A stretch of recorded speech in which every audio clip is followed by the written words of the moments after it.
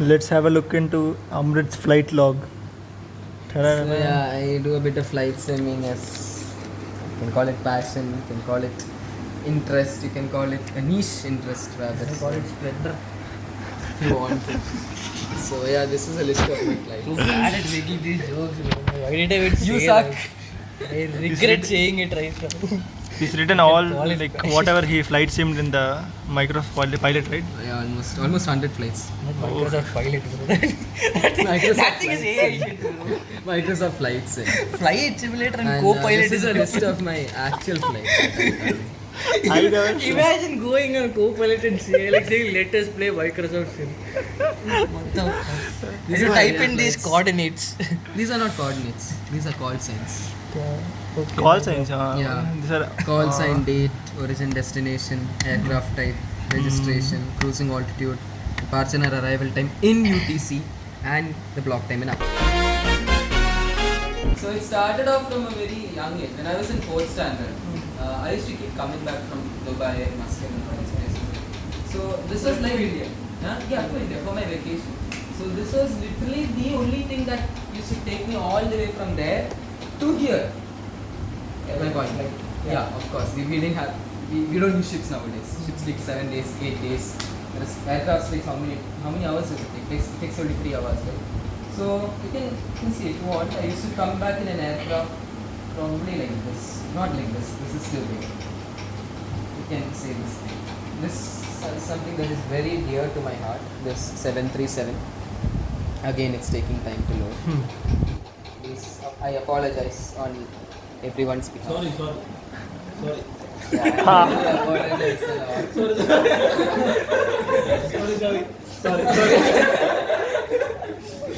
So yeah, just seeing these aircraft, they made me think like, why should I go into aviation, or why am I so fascinated with aviation? So, Because you see him all the time. yeah, not all the time. I used to Most see of them the time. No, once a year.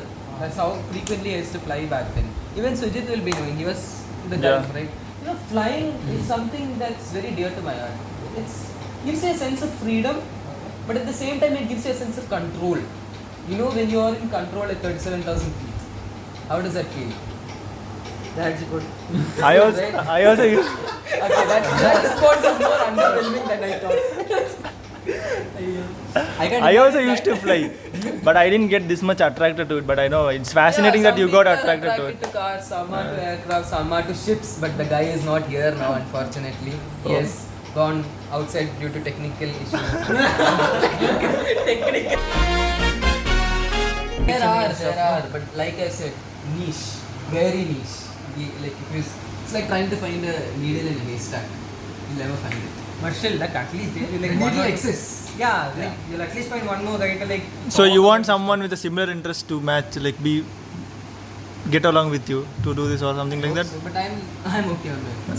Who knows? You may even find somebody to live with that, like forever. അങ്ങോട്ട് fancy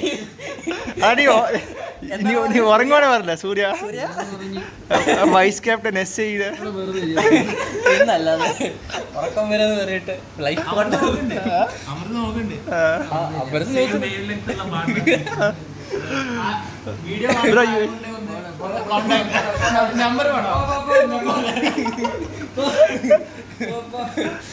Any girls interested in flight sim, contact Amrit.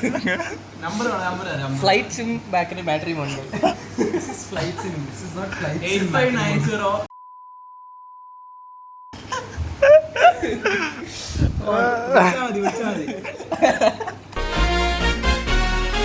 You can give your registration. You can give your you will get a load sheet. What happens is that you get a load sheet. This is known as your operational flight plan, and in that you are given your engine type over here. Sorry, not over there. This is your aircraft type and your engine type, and the amount of fuel that you can fly with, and the amount of minimum takeoff fuel the aircraft is going to carry. So each and every aircraft usually carries about 1.5 hours extra fuel, because it needs that amount of fuel in case of any emergency, or in terms, it's known as contingency fuel.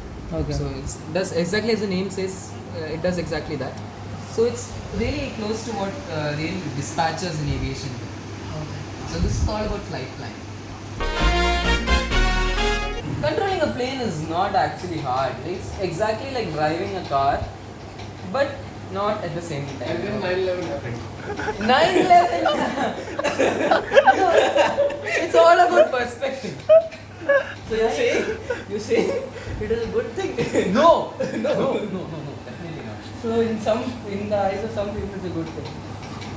In the eyes of Al Qaeda, ISIS, Lashkar-e-Taiba, probably, but not in the eyes of people who don't follow radicalism. This is not a political debate, by the way. Please, Just a point of view. Like just a perspective. that's it. Until the loading screen. Yeah, we had to talk about something, but I personally condone that. Please do not make me into something that I'm not. Please, I beg you guys. He's absolutely not into terrorism, but you are support Islam. Please don't ask such controversial questions, da. I don't support terrorism. I'm okay with this. It's not a solution. Please, I have to also live. Don't cancel me out. So yeah, 9/11, those things are very unfortunate actually. You know, they come due to radicalization and due to indoctrination at a very young age. What do you mean by radicalization? It's like you are. It's like an extreme version of any ideology. I'm not just saying any particular. I'm not being very particular. It's when you take up arms for anything, right?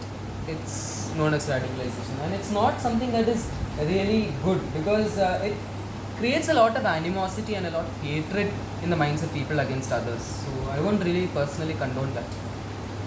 I know the world is not a very perfect place to live right now, but I just pray that it becomes better. Now on to flights. Okay. We'll forget all. Okay. So what the question that many people have is, how does a pilot remember all of these switches? Okay. You know, all of these switches, right? Point is, they don't, but they do at the same time. You do have checklists in aircrafts. You do have two pilots to look at everything in the same aircraft. But, you know, it's very logical if you look at it. You have the electrical section here, you have the fuel pump section here, you have the hydraulics here, you have the pressurization systems here. So it's more like a rule of thumb. You know, when you're going to take a ride. Just like know where what all things are there. And based on that, you will just. Yeah, The only thing that you remember is how do you. The so-called steering wheel or the yoke. This is what is known as a yoke in aviation. Okay. So this is used to roll or pitch the aircraft. Okay. And you can see this little thing over here, the pedals. Okay. They are used to yaw the aircraft. And this thing is sort of like your accelerator. This is like to give the throttle. You know the two engines, right? That's a thrust. That's a thrust lever. These are flaps. There's a very common misconception that the flaps actually refer to the whole wing, but they actually don't. They actually refer to this small tiny part. section over here. They actually increase the drag, but they do increase the lift at the same time. So what happens is aircrafts can fly very efficiently at low speeds. And of course the very infamous landing gear. You know, the landing gear that is used to land. Quick question to you, Tushar. Why are landing gears retracted during takeoff? Drag. Exact, drag. So yeah, this is a day in my life as a flight simmer. So now what? Okay, if you want to look at a mini start, what I will do is I'll first turn off the air conditioning. You know, air conditioning is always turned off before an engine starts. I flick this For switch. maximum power. Yeah, for maximum power, because it's sucking in air, right? You don't want that air to actually go into the pressurization system. You can see this EGT rising, and then I introduce fuel into the engine, and it sort of opens up the startup valve, and this is known as your N1. Your N1 is actually your low bypass turbine ratio. That is your low bypass. That is, you have a low bypass fan and a high bypass fan. What does it do? The low, it actually compresses. You have heard of the Brayton cycle, right? Yeah. Manu Shivan circuits. So, shout out to Manu Shivan. So, what it does is actually it compresses the air, it sucks in the air, it compresses the air, then it sends it into a combustion chamber where heat or Q is added. You remember Q in that Brayton cycle. And after that, turbine is there, which actually receives the air receives the exhaust gases from the combustion chamber, and it in turn rotates the compressor. So it's a cycle which is complete. And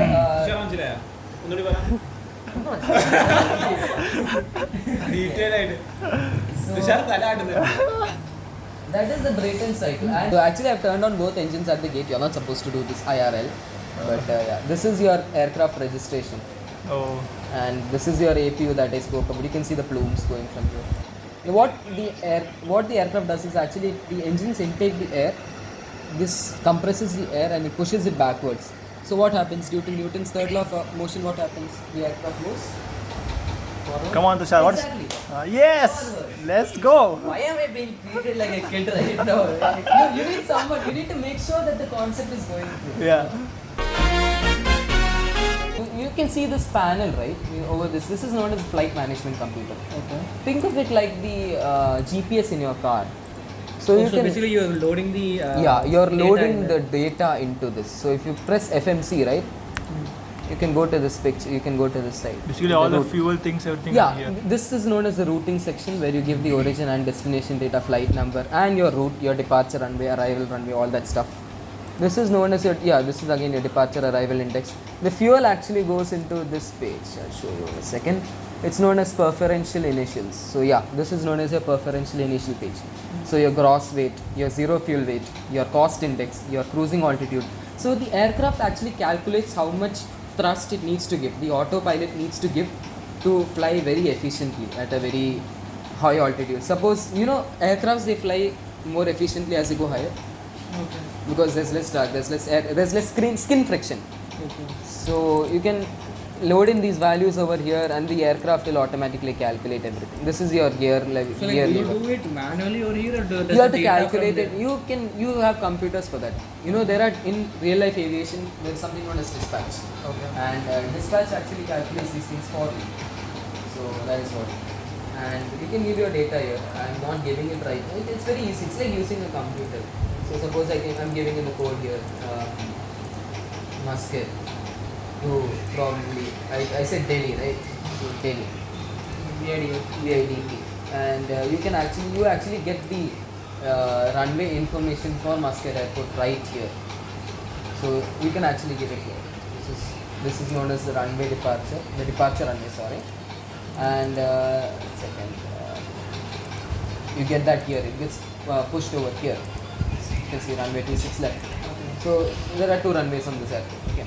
And the rest of the data you just type in So manually. that's the runway that we are on, like we are going We to are be going to using. be using for departure. Departure. And it's a very sequential thing. You have to give your data very sequentially. You give in each waypoint manually, and it sort of calculates how much fuel or how much.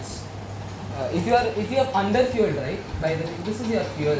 Many people think of it like an empty fuel full gauge. Right? This is actually you have 3 tanks. This is your left tank. This is quick question for you. Where is the fuel in an aircraft stored? Can I answer? Yeah, bro. In the wings. Yes. Oh. It is stored in the wings. Why? Probably to balance. Or Yeah, something. basically the center of gravity, right? It's the Oh. least effective. Fuel is something that is used No. during the flight. So if the fuel is stored at the front or at the back, when it depletes, there will be a shift in the center of gravity. But this thing, even if there is a reduction in the weight, it will not affect the center of gravity very drastically. So that is what it is. So it has a left tank, a right tank, and a center tank. What's the average fuel needed for this, like tank capacity? The tank capacity of the 737-800 is about 20 tons. 20 tons. In aviation, fuel is measured in tons. It's not in liters, because as you go higher, the fuel actually has a tendency to freeze. So when it freezes, it actually is not good. So you need a metric ton unit. You cannot take liters as a Liters. unit. And these are your auto brakes. This is the infamous autopilot panel. So there are 3 things that you have to measure here: speed, heading, and altitude. So these are the 3 things that pilots constantly monitor. You have your We know what speed and altitude is, but what's heading? heading is like probably like you can see these numbers over here. Yeah. 1 second. If ATC asks you to fly a heading of 360, Okay. what you have to do is you have to dial in 360 here. So what happens is, can you see this dial moving Okay. here? Yeah. So the aircraft actually turns to 360 degrees, true heading with respect to the north pole, the pole, the magnetic poles. So like 360 degree with respect to the north pole. Yeah, to the north pole. So that you have 2 types of heading: true heading and magnetic heading. In aviation, you use true heading. Magnetic heading is not True north pole. Yeah, true north. That is what it's used. Meaning south. No, we don't use the south as a reference. No judgments. So yeah, these are the basics, and If you need a detailed video, just Detail check video. my description. And description. no, not a description. Just put it in the comments No, below you if you can- need a detailed video of any. We'll make a paid course. Yeah, Paid. no, my courses are free. Oh. What else? What else? Life is going on. S6 is over. Going on into S7 now. On a serious note, I wish all of those who are watching this video to prosper in life. Exactly. To do well in life. You know, on a serious note, I wish that everyone does well in life. I hope that no one actually falls into any problems. Even if they do, they're able If to so, come out. contact Amrit. Number on any. No, I'll do my best. I'll do my best. But Amrit always there to help. if you come to me, probably if you come to me, like I'll come to you. Not